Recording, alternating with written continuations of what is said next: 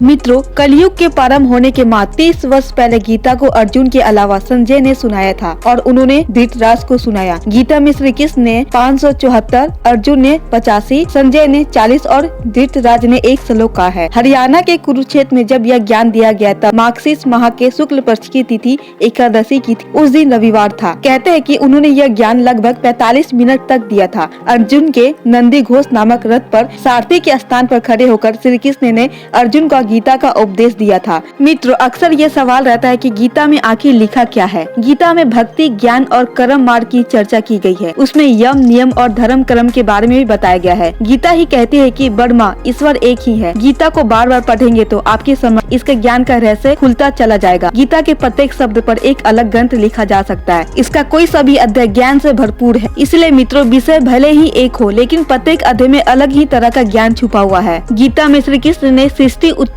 जीव विकास, कर्म, हिंदू संदेश वाहक कर्म, मानव उत्पत्ति, योग, धर्म कर्म, ईश्वर, भगवान, देवी देवता, उपासना, प्रार्थना, यम, नियम, राजनीति, युद्ध, मोक्ष, अंतरिक्ष, आकाश, धरती, संस्कार, वंश वृद्धि, कुल नीति, अर्थ, पुनर्जन्म, पारा, जीवन, प्रबंध, राष्ट्र निर्माण, आत्मा, कर्म सिद्धांत, त्रिगुण की संकल्पना, सभी प्राणियों में मैत्री भाव आदि सभी की जानकारी है। गीता का मुख्य ज्ञान है कैसे स्थिति प्रज्ञ पुरुष बनना, ईश्वर को जानना या मोक्ष प्राप्त करना है। इसलिए मित्रों, श्रीमद् भागवत गीता को एक बार पढ़ लेने मात्र से ही आपकी समझ में नहीं आ सकता। श्रीमद् भागवत गीता योगेश्वर श्री कृष्ण की वाणी है। इसके प्रत्येक श्लोक में ज्ञान रूपी प्रकाश छिपा हुआ है जिसके प्रफुटित होते रहते हैं। अज्ञान का अंधकार नष्ट हो जाता है। ज्ञान, भक्ति, कर्म योग मार्गों की विशेषता व्याख्या की गई है। अधिक इन मार्गों पर चलने से व्यक्ति की निश्चित ही परम पद का उसे मोक्ष प्राप्त हो जाता है। श्रीमद् भागवत गीता जीवन के समस्त कष्टों को निवारण का अमूल्य ग्रंथ है। इसे हमें अध्ययन अवश्य करना चाहिए। श्रीमद् भागवत गीता में श्री कृष्ण ने इतने अच्छे उपदेश दिए हैं कि व्यक्ति कभी भी इसे पढ़कर असफल नहीं हो सकता।